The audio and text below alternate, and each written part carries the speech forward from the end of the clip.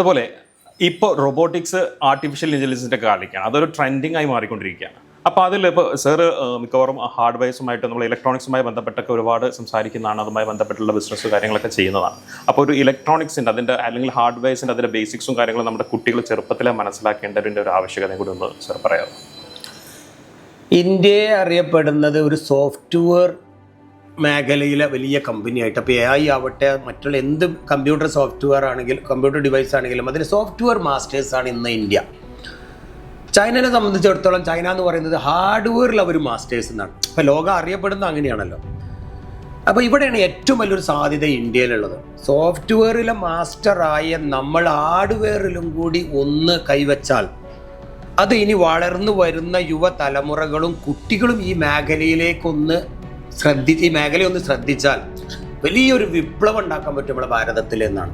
വലിയ ചിന്തകരൊക്കെ ഈവൻ ചൈനയിൽ പോകുമ്പോൾ പോലും അറിയുന്നത് നമ്മുടെ ഇന്ത്യയുടെ വളർച്ച കണ്ട് അവർ വല്ലാതെ ഞെട്ടുന്നുണ്ട്.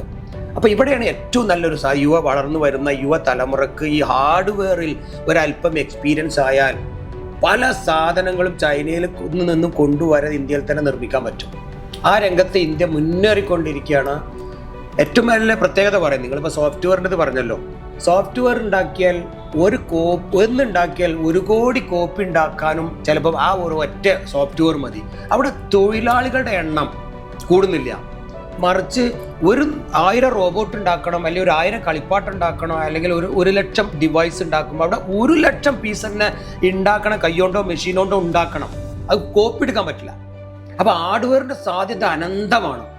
ഈ ഹാർഡ്വെയറിൽ നമ്മുടെ കുഞ്ഞു മക്കൾക്ക് ഒരല്പം എക്സ്പീരിയൻസ് ചെറുപ്പത്തിലേ കൊടുത്താൽ അവർക്ക് നല്ലൊരു ഇൻഡസ്ട്രിയൽ റെവല്യൂഷൻ ഉണ്ടാക്കാൻ പറ്റും, ഒരുപാട് ഇൻഡസ്ട്രികൾ വളർത്താൻ പറ്റും. ഈവൻ കുടിൽ വ്യവസായം പോലും ഇന്ത്യയിൽ ഇനി യാഥാർത്ഥ്യമാകാൻ പോകുന്നു.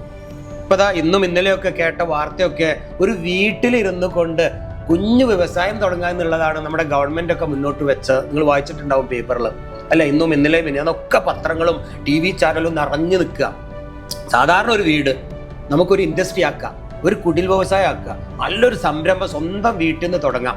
അപ്പോൾ ഹാർഡ്വെയറിലൂടെ മുന്നേറിയ ഒരു കുട്ടിനെ സംബന്ധിച്ചിടത്തോളം തൻ്റെ പേരൻസ് ഒരു അല്പം ശ്രദ്ധിച്ചാൽ ഈ കുട്ടിയൊക്കെ എന്ത് ചെയ്യുക, നമുക്ക് ഇതുപോലെ പ്രൊഡക്റ്റ് ഉണ്ടാക്കാനും അത് ഡെവലപ്പ് ചെയ്യാനും ഡിസൈൻ ചെയ്യാനും സ്വന്തം വീട്ടിൽ നിന്ന് തന്നെ ആരംഭിക്കുക. അതിന് വലിയൊരു ഫാക്ടറിയും കമ്പനിയും തുടങ്ങേണ്ടതില്ലല്ലോ. സോ നല്ല സാധ്യതയാണ് ഈ മേഖലയിൽ എന്നാണ് ഈ അടുത്ത കാലത്തുണ്ടായ വാർത്തകളിലൂടെ നമുക്ക് മനസ്സിലാക്കാൻ പറ്റുന്നത്.